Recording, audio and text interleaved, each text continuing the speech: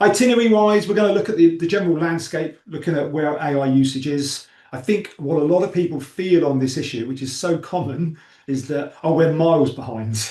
Everyone's, I'm here reading about it all the time. Everyone must be so far ahead of where we are. That's not the reality.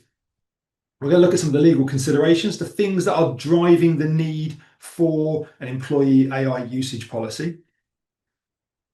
Think about defining what's good usage of AI and what's bad usage, and then looking beyond that about, okay, well, if you have a policy, how are you going to communicate it? There's no point just having a policy and telling people they need to be mindful, careful when they're using AI. You probably want to be implementing the policy along the lines of, and here is some training that we can offer you around AI as well. And then finally, monitoring and enforcing. And then planning for the future. A few extra little things, tidbits I'll throw in there as well. Okay, so starting with the end in mind, this is the way I position it, just so you guys, I'm sure you sort of get it, but it's also useful. You might want to, be able to communicate it to your colleagues as well. The fact that you're on this webinar, I take as a positive, and the fact that, you recognize the coming shift. There could be a deeper conversation about how quick this shift will happen, but at the and how big it will be, AI coming into the workplace and the wider society. But actually, at the very least, we can say it will be as impactful as the digitization of the office. So I've got Dave and Daphne here. So Daphne is, likes to write things down and put it in the filing cabinet, and that's how Daphne works at the bank. Dave obviously has adopted, computers and digital. This is probably happening in maybe the mid 1980s or something. Dave has got his new computer and is working away on it. One of them is happy to work in a sort of old school way, and one of them is recognizes it's important for his career, recognizes it's important for the bank as a whole, that actually, that he should be working with digital product, with a digital in a digital way. Now that might seem absurd to us because chances are you're younger than me or similar age to me, so you never worked in an office that wasn't full of computers. But that's the transition that was made in the 1980s for a lot of organizations. And organizations that adapted well to that went on and thrived. Organizations that sort of were slow or resistant or didn't train their staff, massively struggled. It's pretty obvious. That's the precipice we're at now, at the very least, in the fact that I think your staff are going to want AI skills. Some of them will be much more reticent and nervous about it. But more broadly speaking, the ones that are thinking, well, I've got 30 years left on my career, I need to be looked after in this. I'm going to need AI skills to thrive and continue on. So I think there's a lot of nerves, but there's also a recognition that this is important. They're going to need this to be relevant in the marketplace, future jobs and future career. But also, your business needs it to stay productive and to stay, up to speed. And, like if you're a charity, I'm sure there'll be pressure on you in due course I spent a day with a charity doing an AI session the other day, and they recognize that they're under pressure to be as efficient as possible. They're already measured against the amount of money they spend on administration versus frontline. And then that will also be, well, how are you, adapting to AI? How are you being more efficient? So, that's charities, public sector, private sector. This will fall upon everyone. Okay, so enough of my preaching. Let's have a look at the landscape. So at the moment, and when I last run this webinar, I was using a stat saying 15% of UK internet users use ChatGPT at least once a month. Well, that was last December. Now the latest update is 49% of UK internet users are using ChatGPT at least once a month. And a lot of them are using it weekly. And then there's Arctic Shores. If you don't know Arctic Shores, they do a lot. They do a lot of graduate assessment, early years assessment tools. They've got some fantastic research about AI. It's linked in the appendix, so check that out. They've wrote a really good study. Now they're looking more, obviously, surveying people earlier in their career, just maybe recently graduated or about to graduate.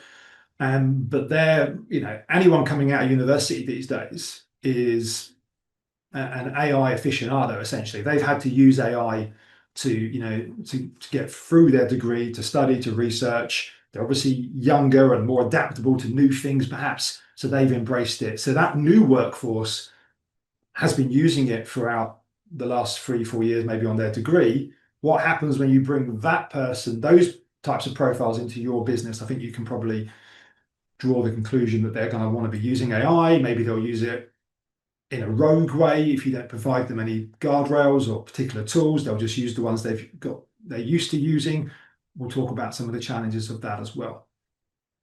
Okay, so that gives you a bit of an idea. So only 29% of UK businesses, from a study, looked at using AI for marketing, which is a really common area to use it in. Only 29% of businesses that were using it in marketing had a documented policy. So yeah, and that actually includes us. At the moment, we are in the midst of building our employee AI usage policy. There's a really good piece of research around this, it's the UK research, but the policy is really important to be clear and consistent around the guidelines of this is how you use AI to protect sensitive data. Now, it likely is that you already have an IT sort of cyber security policy that covers the protection of sensitive data. And it might be that you decide to just add an amendment to that to talk about AI, and that will be fine as well. But you might want a separate document. It's up to you. But I'll share this document in a wee bit, and you'll be able to see some of the items that are added into it, and you can talk about whether they should be added into the wider policy. So yeah, let's keep going through these. Obviously, you want to comply with laws and regulations. There is no AI legislation in the UK. There is stuff if you're doing work, obviously, in the EU that you might need to be mindful of. And obviously, if you do anything internationally with America and different states there. But in the UK, what we're faced with is GDPR and discrimination laws that were written before AI, well, before AI was mainstream, and they're just applied retrospectively to that. Now, we might get some AI legislation, but there's no plans for it immediately. Yeah, you want to make sure that whatever tools people are using, they're using the right tools and they're using them in a fair and inclusive way. And obviously, you've got confidence and support for those employees, and ultimately, it protects your reputation. Okay, so let's throw out another quick poll because I want to see where you guys are at. Really simple one. What is the status of your employee AI policy? Maybe you have one. I suspect most of you don't, because maybe that's why this webinar appealed to you. At the very least, you're looking into it because, hey, you're here today. So I'll take that as a sign that you're looking into it. And some of you might be in the process of drafting one. And if there's anything that's giving you a problem with that, let me know in the comments. The challenge that we have got, because we've got this template document, we're quite comfortable with it. The bit that stops us releasing it to our staff is the wider training piece, which we're just nailing down now, and then actually confirming exactly which AI tools that we think are the best ones and the ones we want our staff to be using, because we want to do a little switcheroo and tell them they can use this and then say, oh no, actually don't use that, use this instead. Okay, so let's end that and let's share the results. So about half and half are looking into it, and some of those are, about half of you are in the process of drafting one. So wow, was this a timely webinar? And then a few of you, 4%, already have a policy. Okay, that's cool. Thank you for that, guys. So let me know in the comments if there's anything else that's holding you back, anything you want me to cover, any other questions. One of the things that a lot of people think, and we've got a webinar next week. I'm going to plug on our webinar for next week now. I'm doing a lot of plugging today, more than I normally do. Apologies, but I am going to provide you loads of great training and loads of good documents and templates. We've got this event coming next week, Overcoming the Challenge of the AI-Enabled Candidate. And I think a lot of organizations are simply going with I will share this on the chat if you want to sign up for it. I think a lot of organizations are simply going with the policy of just banning AI. Like if you're a candidate, you can't use AI. And I think you should absolutely have a more nuanced, I think that's a really silly approach. And I'll explain why in next week's webinars with lots of examples and details and answer lots of questions around can you spot AI and all these types of things that people are asking us all the time. But leaving aside candidates, because I think that's the instinct for a lot of organizations, the instinct internally is different. You sort of can't go to all your employees, you can't use AI. I think you can at the moment. You could say, we don't have a policy, we don't have anything. For the time being, until we've got a grip of it, you're not allowed to use AI. You could absolutely say that if you wish to.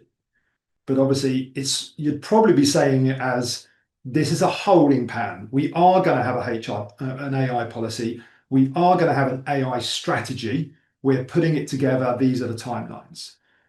Because particularly for those younger people who've just, maybe particularly the ones that might be assessing you as a potential employer, if they asked you about, oh, how are you using AI, or what's the policy, or how are you getting on, or am I allowed to use AI in my job? And you just said, absolutely not. We're not doing it. We're not a big fan of it. The boss doesn't love it, or we're worried about it. Then you're going to be perceived as an AI skeptic organization. And I think more and more as we get into 2026, that will be a factor, because if you're a young person, you've got two equal opportunities here.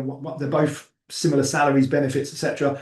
But one of them is with an AI skeptic organization and one of them is with an AI positive organization.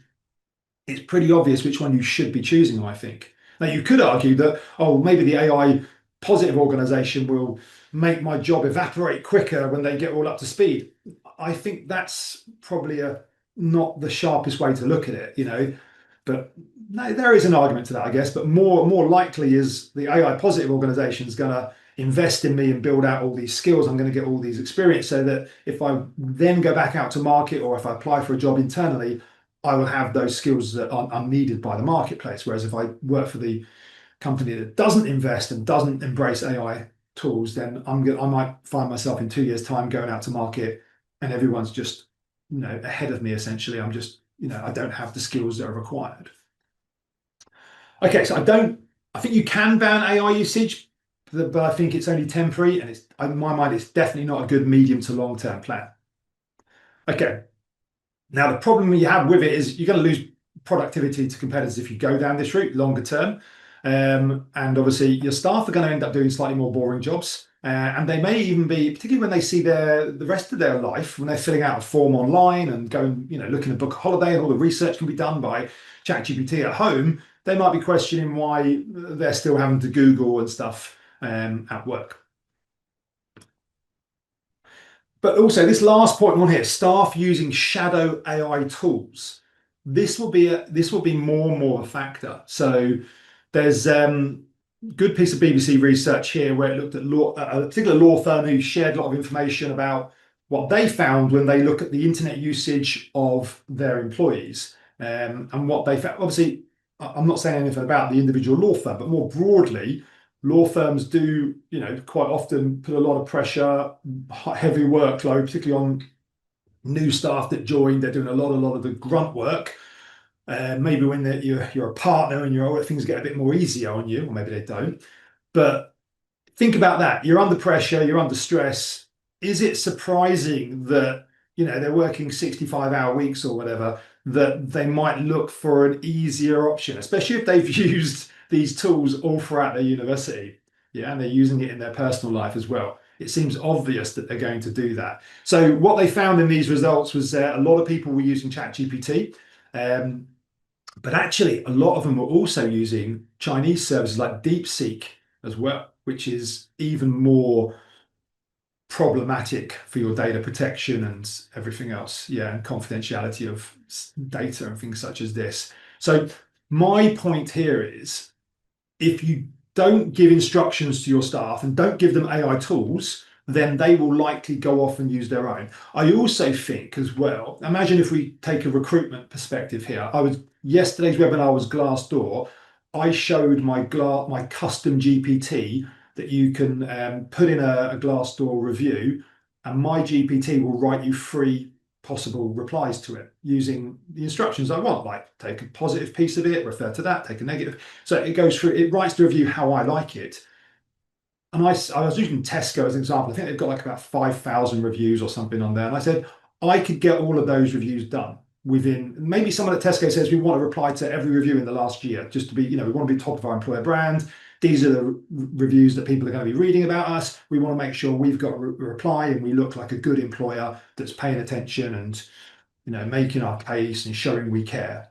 I could totally do that. And now in normal terms, think about that. 1,000 replies to that, we might say that would take me 3 weeks, 4 weeks, whatever it would be. And then I can do it with AI in 1. Yeah, I still need to edit it and make it sure it's so much faster. It's going to be save me from getting bored. I'm going to be like bang, bang, bang, bang, bang, doing so many so quick. Those are the types of things that people are going to do in all the different types of roles. That project you give them, they might build their own little custom tool, or they might just have a good old prompt that they've built, they've worked on, throw it into ChatGPT or whatever tool they're using, and then they can work so much faster. In the world that we work in, where a lot of people work from home, whether it's hybrid, whatever, it's like they can do that in maybe a day's work in an hour. And then the temptation is to spend the rest of the day watching Wimbledon or something. So, the temptation is there. Another good reason to build these things in beyond security is to get the real productivity in there. So then when your staff have a task like reply to 1,000 Glassdoor reviews or 100 or 20, you could say, use a tool like this because it will speed things up. Yeah. Many organizations are now starting to think every time a task is given, as a manager starts to, you need to evaluate, can I use AI to help me streamline, speed up, improve the end result of this task? And that's what managers should, once you've adopted everything that you need to adopt that we're covering today, that's where managers should be actually feeding through. Like, don't bring me work and say, oh yeah, it took me a while, I did this. And when I ask you, did you consider AI? You should probably be saying, yeah, I did. I looked at it, I did a few things, but I didn't really find, and they should at least be evaluating and considering those options. Okay, so yeah, the issue with shadow AI tools more broadly, though, is there's a risk of personal data. The Glassdoor example is not personal data, but if I was asking it to screen CVs, that would be personal data, and that wouldn't be a GDPR compliant system of just throwing it into ChatGPT. It could be that ChatGPT could be past the GDPR compliant, but you'd have to go through a process of evaluation for that yourself. There's various settings you might want to configure. You want to make sure that whatever tool they're using doesn't produce inaccurate or unreliable outcomes, and it has accountability and transparency. Yeah. And obviously you're not going to be able to see how these systems are being used to ensure that they're bias free. So, you need to be very mindful of that. Yeah. I think it's natural that staff will either be, the people doing it on their own are either falling into the ones that are a little bit, don't care about the rules, do their own thing, or actually the ones that are just frustrated and trying to be more productive. So you can sort of understand the motivations. At least one of those motivations seems like a reasonable, positive motivation to me. Okay, so let's look at some legal considerations, specifically with GDPR. So data subjects, so that could be your employee data, it could be your candidate data. If you're making an automated decision on them, the obvious one here in this scenario will be applicant applies for a job. If the AI makes the decision as to whether they're going to be shortlisted or whether they're going to be immediately rejected, and no human is reviewing that information, then that's automated decision making. You have to get the candidate's permission to opt into that process, and they can obviously opt out of that process as well. And quite often when you provide the opt-in, opt-out option, then you have to do it right, because actually a lot of the time, if 20% of people or 10% of people opt out, you could have more work now than you'd have previously by using whatever method you used before. So, because now you're running two processes essentially as well. So, but that's a key thing to think about. Any automated decision that you're making, that the IT or the AI makes, it doesn't have to be AI either.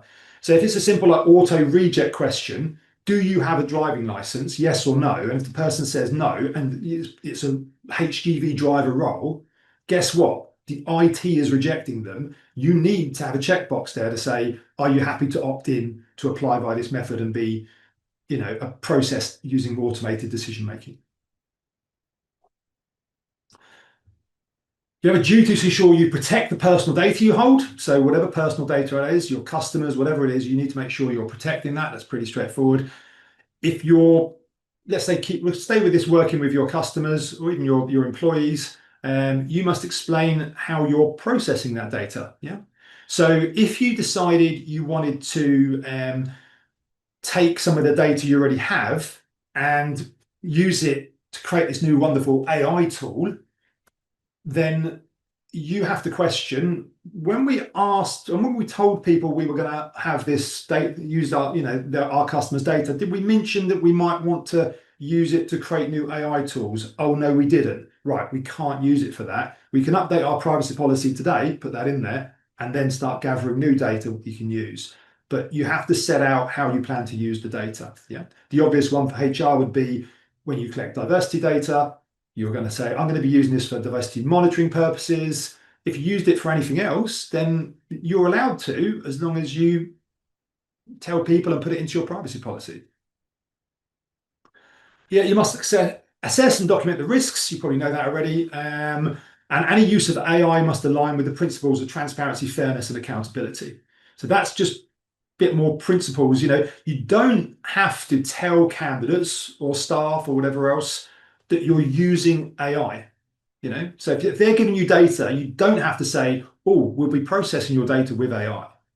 You probably should, in my mind, and that's a whole different subject that I've written about on my AI newsletter and showed examples of organizations who are doing that. I'll add that into the notes we'll share with you guys.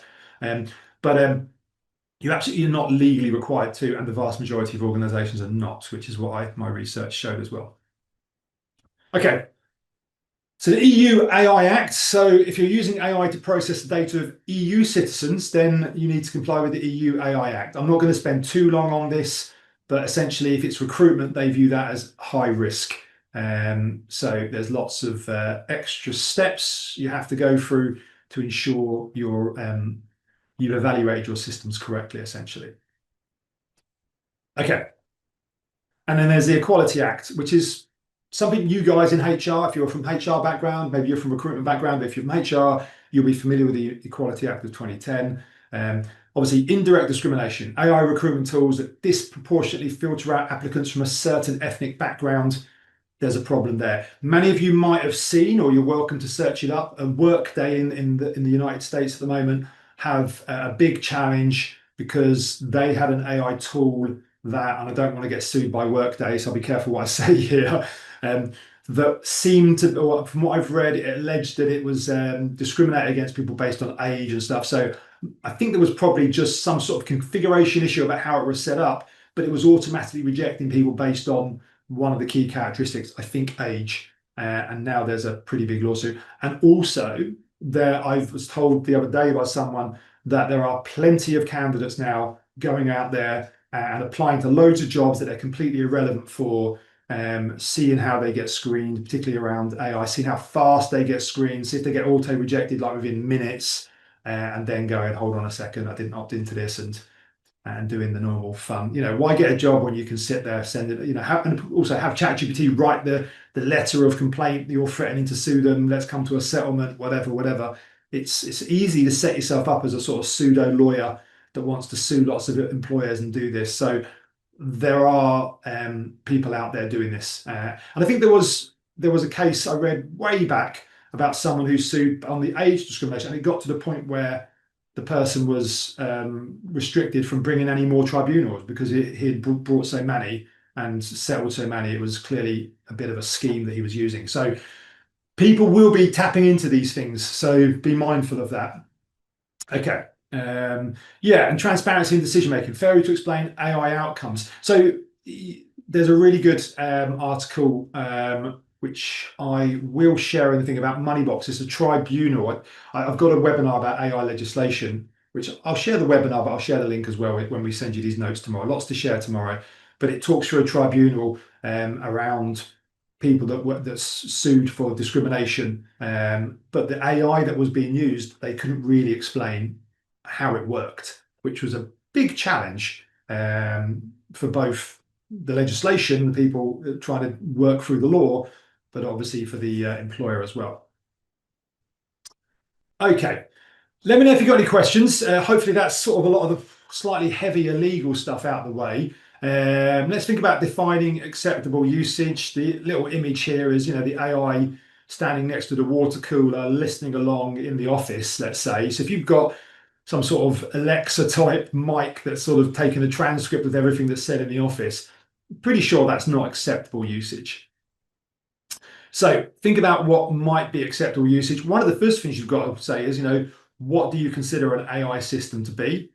That's going to be really key. You'll see that in the template. And then you should be responsible, like who is responsible for authorizing new AI tools? So if someone's using an AI tool or wants to use one, how do they go about There's so many tools out there, and this is where the productivity gain really is I'm hugely abreast of lots of things we could be using, trying to evaluate, looking at all, and that's fine. I've got the freedom to evaluate stuff, but none of my colleagues do. So I need to then get that assessed, passed, added to our list of tools that's linked in the employee AI usage policy we're about to release. Yep. So you need someone who knows. So I will look at it from a productivity standpoint, and then our IT team would look at it from a security standpoint. Okay, so will it add value? I'm going to say, and then they're going to say, should we use this? Is it secure? Does it meet our requirements? Okay, I think it's probably time for me to bring up the, let me bring up my notepad, actually show you this document, and I'm going to share it with you. This is our employee AI usage policy. I'm going to pop it on here. Feel free to click on the link on the chat. You'll get a Word document. I'm going to throw it out to the web, and then I will also get the Word document to show you. It downloads. That's right. So this is the employee AI usage policy. You'll see there's parts in yellow that you would update. Once again, I'm going to remind you, we're not a law firm, so you need to take this and get legal advice on this document before you put it into use. But you'll see the general principles that are here. And I think it is relatively easy to read through. I'm not a lawyer. I do a bit of legal stuff. People are saying the link is not working. It was for me. Let me see why not. Just click on that link again myself. Yeah, the link is working. It will go straight to download. So yeah, people are saying it worked for them. So it is working. It will just download it. It won't open a window, guys. It will download it straight. It's a document. It will download it straight to your phone. So I can't actually upload the document and share it on here, unfortunately. But we'll link to the document again in the notes. You'll get this document. You can come back to me directly if you struggle. We will get this document to you by hook or by crook if it's important to you. Yeah, it goes through the scope. I wanted to just show you. I haven't got time to read through the whole thing. I'm sure you wouldn't want me to do that. I've got an example, different examples of different positions you could take, because I think it's quite nice as well. As part of this policy, I think I said you need to get the training, you need to get the list of AI tools you're together. So it brings together lots of things, but it also probably brings together the positioning of the organization. And this is what this section is all about here, where we've got sort of 3 examples for you here. And you could obviously, I wouldn't expect you to use one of these 3. I would expect you to take one that's in the vicinity and then work from that a little bit. But you can sort of explain, like, this is our position as an organization. Yeah, we took the AI first approach, but also we felt that this phrase, users we see us adopting AI into all parts of the business while we look to outcompete our competition. We felt that was a bit aggressive for our language, so we're going to change that. That was feedback that we got, so that was interesting. Okay. Yeah, so I won't go too far into it. There's also some comments on it. You'll see here, like, we put things in here about there's a list, and I say, look, ideally you keep a list. You might want to save it, and the idea of the list, I would create a link here to a list of tools, because then you're not constantly updating the document. The link is dynamic. Whenever you add a new tool in or take one out, you update the list. Okay. But I'll leave that there. I'll leave that with you. Hopefully, how staff can recommend new tools. Yeah, that's an important one as well. You want to, obviously, whilst I'm trying to stay abreast of everything for my organisation and trying to read and watch what's landing, there's so much landing across. And if you're in a large organisation with so many different departments, I think you want to be encouraging your staff. One of the things I'm going to tell you guys is to be reading different newsletters and stuff like this. And I'd encourage other departments to be reading newsletters about, like, AI in marketing or AI in finance and things like this. So you can stay abreast of what's coming, what the challenges are, what the talking points are, but also what new tools have been released, because it is, the pace of change is rapid. So you want a process where people can recommend new tools. You might even reward them for it as well. Okay, and obviously it should set ground rules for all the key things, but I'm going to zip past that. You should know that, or it's covered in the policy when you read it. Highlight what use cases are prohibited. So you shouldn't be using AI to impersonate, bully, harass people. That should be straightforward. This is probably just tightening up, repeating some of the stuff that's already in your policy, in your general policy, just in case someone said, if your general policy says, you shouldn't use the computers and the networks to harass a member of staff, then that should be extended too. You shouldn't be using AI to do that either as well. Okay, but the bit that we've spent a bit of work on, training and communication. So this is really cool. And this is where you should be preaching your stance. This all starts with the organization saying, this is our view of how AI is gonna land as we see it. This is how we think this will affect our sector. And this is how we plan to move forward as an organization. And the more you can do that in an open forum, whereby it's a lot of opportunity for people to share their ideas, ask questions, the better. People are asking for the link still, so I'm going to just post the link again. Sorry for the distraction. Sorry, there we go. Joanna, you should have the link there now. You can try again.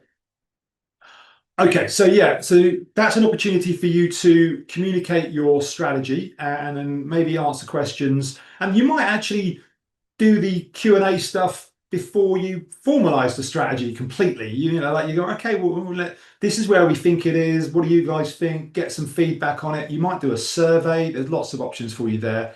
And you get the idea. You can work ahead and go, right, this is our strategy. And I don't expect every organization to be as AI positive as us. Yeah, individuals' instances are different. Your staff are different. Your leadership is different. Yeah.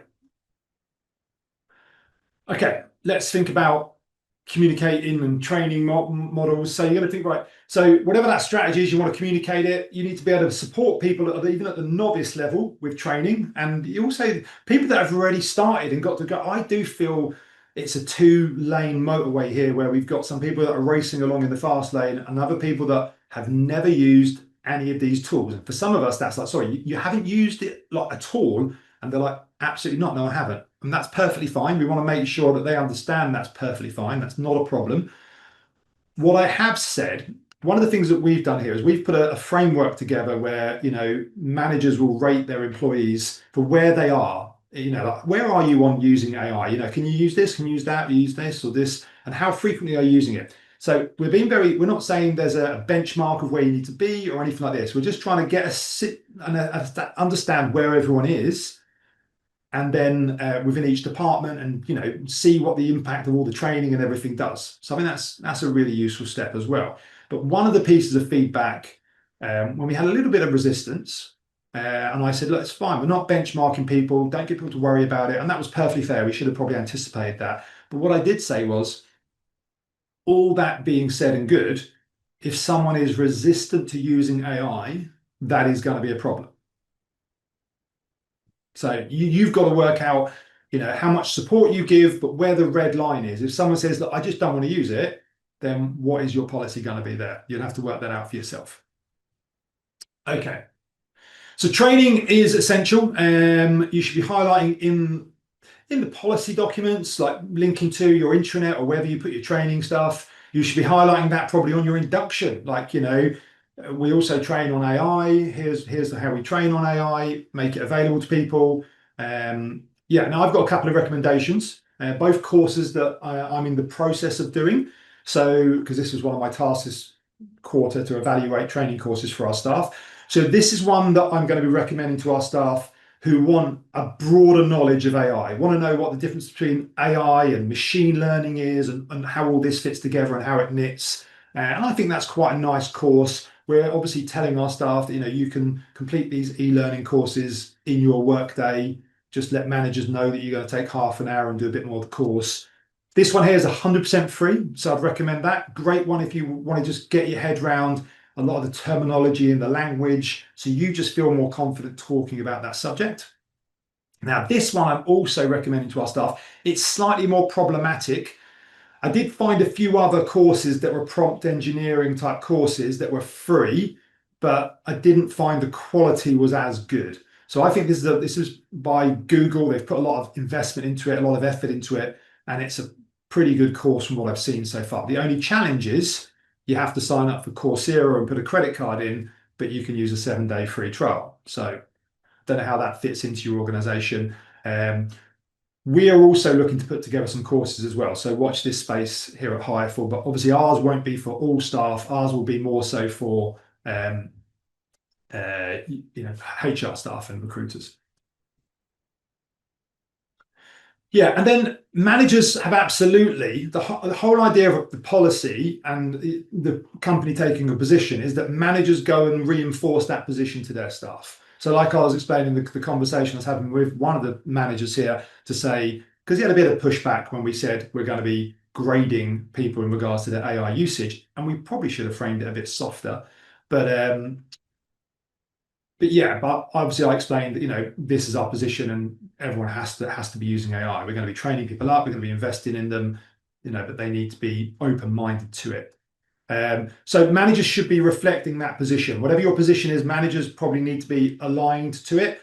And that might mean having meetings with managers, conversations, making sure that their reservations are covered as well. But they need to know the subject well enough, and this is important, I think, to train on it. But also, I think managers that understand what's possible, because if they've done both of their courses, if they've done some work around custom GPTs and stuff like this, and they know how to build a little agent, they know what's possible, then they'll see opportunities within their departments and go, why are we doing it like that? Why are we not doing it in a different way? Karen, yes, we will share the links for you. Don't worry. We will share all these slides, all these links, and the recording. Yeah, obviously managers should make themselves open to talk through concerns. And as I'm saying here now, leadership should make themselves open to talk through the strategy to managers as well. Okay, on to the fun bits, monitoring and enforcing the new policy. As with IT usage, you need to remind staff that you've got the right to monitor their AI usage. Pretty straightforward. You can say that what actions you reserve the right to take if they fail to comply. So you might want to say that this is a minor breach, but this would be a major breach, And as much as possible, let's focus on re-education. Particularly as this is a new area. Particularly as I think it's fair to say that look, if 49% of UK staff are using ChatGPT, how many are using it for work, and how many have sought permission that they can use it for work, and have an idea of what they could use it for, what they can't. So we're in this void at the moment where most people don't have a policy, there isn't a lot of guidance, and it's a bit freestyling going on. So that's where we are. There's no denying that for most organizations. So we want to make sure we're helping people to get to that new phase. Okay, and then the last section, which is really focused in on, I've taken a step back now. We'll leave the sort of broader organization and we'll focus on you guys about how to be an AI confident leader in a HR or in-house recruitment department. One of the most important things I think that organizations will see they need to do is to build a data set. So whatever you try and do with whatever AI task you try and automate, it's massively improved typically by the data set. In fact, if I take a step back, the winning social media network, why Facebook beat MySpace, was because all your friends were on Facebook, perhaps in the early 2000s, and that's why you and me joined Facebook, because everyone was there. That was the unique selling point that Facebook had that no one else had. The race we have now with AI, with whether you might choose to use Google's Gemini AI, Claude who makes Claude? I'm losing my mind. Anyway, you might use Claude, or you might use OpenAI's ChatGPT, or you might use something else like Perplexity, any of these other tools. The winner, the one feature that they're predicting will be the reason you stick with it. And this is why Apple, who are really rubbish at AI so far, but might make a big leap forward and even still win this race, who knows? The winning feature is memory, okay? The more that AI, the more you're willing to share as a person, I'll talk about person in a minute, and then you'll see the reflection on the department and the organization. But the more you're willing to share about AI as a person, the better the AI can become. So if I've got an AI personal assistant that's able to read my calendar, that's able to read my messages, that's able to read my emails. Now you might go, whoa, that's far too far. And maybe it is, but maybe it's something we'll all get more comfortable with it. But there'll be degrees of comfort. Maybe I just let it read my work calendar. Who knows? When I land, I'm in Birmingham tomorrow. If I get off the train in Birmingham and I say I fancy a cup of tea, I'm a tea drinker. I'm not a very, I don't want to go to Starbucks and pay £3.50 for a tea. Because my ChatGPT has got all my receipts and it knows where I buy my tea from, it might recommend two places I could easily walk to get a cup of tea that are, relatively cost effective. Because let's face it, it's a tea bag and some water.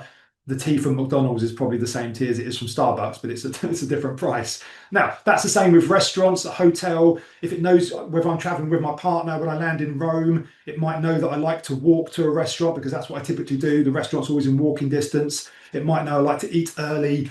All these things it knows about me. So when I say, well, could you recommend a restaurant? It will go, yeah, there's and I've checked, they've got availability for eating early and this is walkable from the hotel. It won't have to ask me loads and loads of questions to get to that point. It will recommend good things for me and my life will be infinitely better, assuming we'd be ignoring the security concerns, which I'm sure are raging in your head at the moment, but my life will be infinitely better because I'm just going to be much more streamlined and know all the things I want to do. A number of times I've gone to London and I've had a good time. I thought, I bet there's a whole other part of London that I could have gone to today and seen so many better things if I knew what I was doing and I'd watched my friends' Facebook and worked out what was good and what I'd love. And, someone booked the day for me who really knew London. Well, AI would really know London and it would really know me. I'm sure it'll be able to nail it if I give it enough data. So that's coming. Memory and data will be the key thing. So for your department, you should be trying to think about now storing information, logging stuff, and keeping stuff in a structured way so that you've got a good data set. So, every advert that you might write, every if you any policy, procedures, all of that, you probably have those things stored quite organized, but there might be other pieces of information you don't have. You might have data that shows like the trend of numbers and stuff like that on a scorecard.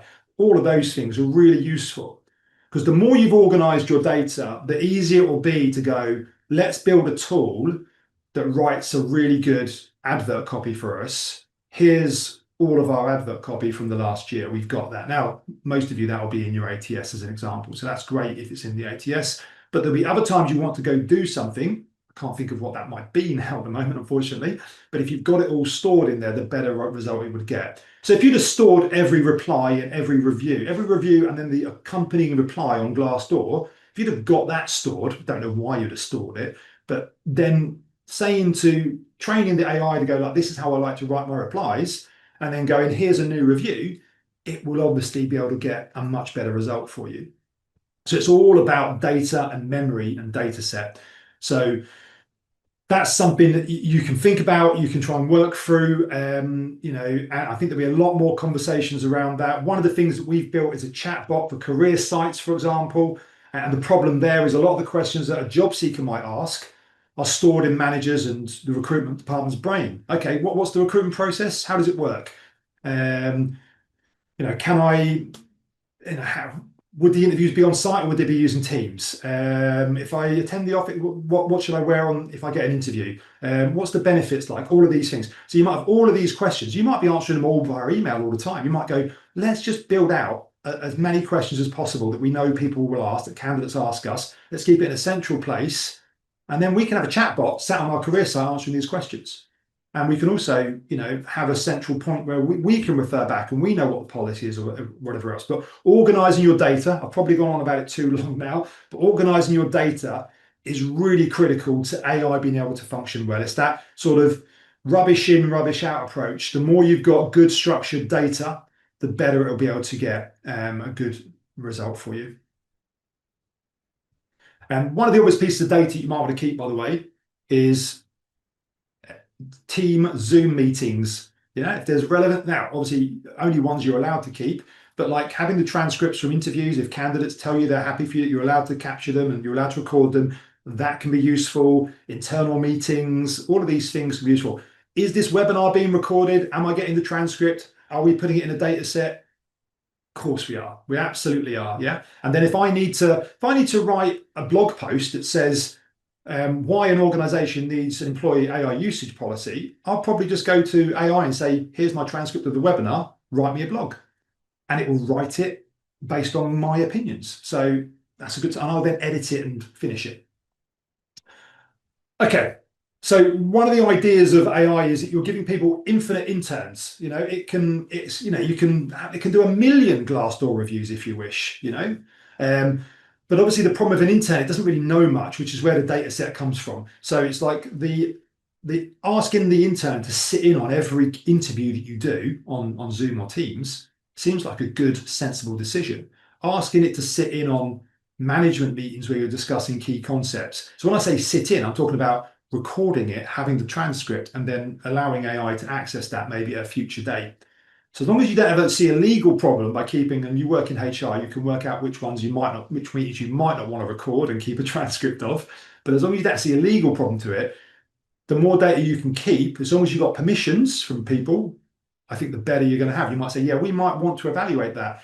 If we want an AI person to help us with our business strategy, having all of the meeting notes from our leadership of all the things we've discussed and say, we're thinking about this challenge, and it's got the knowledge of all those past discussions around our business is a benefit to it, clearly. It'll get the context. Okay, so let's think about this as well. So identify any major productivity gaps. So think about today, like what you'd love to do with AI. This is an area we spend so much time doing work in this space. We think about this with the recruitment process, with our ATS. We know we want it to be able to do A and B, right? Can't do that at the moment. So like voice is interesting. I would like the AI to be able to go and talk to a manager, and maybe even when we've got a basic advert to go like, what's the real opportunity here? Why do people want to join this role? And dig and dig and dig a little bit. Not a huge interview, just like maybe a 5-10 minute. But for me, doing that with a form, I'm not sure managers would engage. And I don't think if I did it with an AI voice agent where the AI messaged them and said, oh, can we have a quick call and put this button, you can speak to me. I think that would be too weird at the moment. But I also know that maybe mid next year, that might be really valuable. And once we learn how to do that little voice agent thing, we might want to do the voice agent for other things as well that could add a lot of value. And it's much easier to communicate and to dig a bit deeper, but also to get a lot more information by using voice. So if I wanted to get the data set for the career site, where if someone asks a question about what's it like to work in the finance team, what tools you're using, how many people in the team, what's the training like, I could go to the manager and give them a form, but it might actually be easier for my voice agent to go and say, hey, look, I need to schedule 15 minutes, or not even schedule. I need you to just click this link whenever suits you, and we'll run through a quick call and I'll ask you a bunch of questions. People might become accustomed to that, or maybe go, oh, this is interesting, and like the experience. So that's one of the productivity gaps that we're looking at here. We see, yeah, we might have to wait for people to be comfortable with it. We might have to wait for the technology to be a bit better, but that's something as we see as like AI can solve that for us. So at the moment, it's painful or impossible to get that information. So, but actually that's something we can solve. So that's the type of thing you should be thinking of, is think about where the productivity gaps are in your organization and be looking for that. And one of the things I do as well is I'll do a chat GPT deep research. I might do it every 6 months or something, but I might just go deep research. I might go, hey, I'm looking to do this. Can you go and research? Are there any tools that have been released in the last 6 months that do this, that do this? We're really interested in seeing, has anyone yet come up with an idea that would solve this? And it'll go away and do the research for you. And happy days, you might find something that solves that problem. You're going to get it. Maybe it'll be mainstream in 6 or 12 months, but you'll have it ahead of your colleagues. But yeah, think about those gaps in AI. And you might end up even building a project to do a lot of work in that space, trying the prompts and everything. It's good, but we need it 99% good. And it's only 95% good, Adrian. It's not good enough that we could use. Fine. You've built the prompt, you've built the agent. Guess what? ChatGPT or Google or Claude will all be updating their agents all the time. In 6 months' time, that same prompt might deliver the 99% you want. So that's also positive. Evaluating AI providers. I think this is really key. A couple of quick things here. We're at the CIPD annual conference in Manchester in early November. Feel free to come along and say hi to us. Lots of people come and tell me they love my webinars, which is lovely to hear, because obviously on the webinar I don't get much feedback. But when you're talking to people about AI, and there'll be loads of AI conversations going on in that room. You need to have the expectation that they should be able to explain how the AI works to you. And that doesn't matter whether you've done these training courses or not, or lots of my webinars. you should be a lay person and they should be able to explain this is how the AI works. Because if they can't explain it to you, how are you going to explain it to your employees? How are you going to explain it to your candidates or your leadership team? So using just a phrase like, oh, there's just an algorithm and treating it like a bit of a black box, I don't think is a good idea. Yeah. But I would also say the only other point I want to make on this, because we are coming up to 11 o'clock, is the AI usage. So anyone that's evaluating any software provider now, it's difficult because AI is probably the most important feature, but it's a very new feature for a lot of software providers, including us. So choosing a provider that's got a good AI strategy that is, going to be supportive, going to be, a leader in that space is going to be really important for you. One that you can trust, one that can explain everything. That's going to be important because you're buying software. If you buy software, typically 2, 3, 4, 5 years, perhaps, well, the world is going to change a lot then. So if you need to replace your HR system, performance management system now, then you need to find one that does AI really well, because that's going to be probably the most important feature, you could argue. But actually, it's the one that we don't get asked loads about quite a lot at the moment. Best practice, also important for you as a HR leader, sign up to at least one HR newsletter. I've got mine about recruitment and AI. I will share that in the links afterwards tomorrow. But I'd definitely sign up to at least one AI HR newsletter or recruitment newsletter. Yeah, and you'll get it weekly or whatever, fortnightly, and just read that one thing. You don't have to be overloaded with information. It will just keep you abreast of what's going on in your sector and keep you learning, which is really, really key. Okay, 10:59, looks like I've nailed the timing. If you don't count the extra time we might need at the end, if there's any questions. So let me know if there's any questions, guys. First takeaway today, look, assess the current AI usage, understand usage. I actually think, and let me know in the comments, because maybe I might build one. It might be actually, because it'd be easy for us to build, it might actually be useful to have an employee AI survey, just to sort of ask these questions. Where are you at? What are your fears? What are your hopes? What would you like us to do more in this space? How would you describe our approach to AI at the moment, or your department's approach? That sort of thing. Might be useful to get a bit of an anonymous view from all of your organization to see where everyone's at. Let me know if you're interested in that. Start gathering the requirements for that policy, maybe ahead of legal advice. Think about the issues in that document and go, how would we approach this? What do we need to do here? And then my aim is, by making you guys understand that policy, that you can then guide the legal person to say, this is what we're looking for. We're looking for something that protects us in this space, but we want to be able to use it for this. And then start planning out the AI training options, because without the training, I think you end up looking a bit silly. So you have to follow all these rules and all this stuff, but we're not going to support you with training.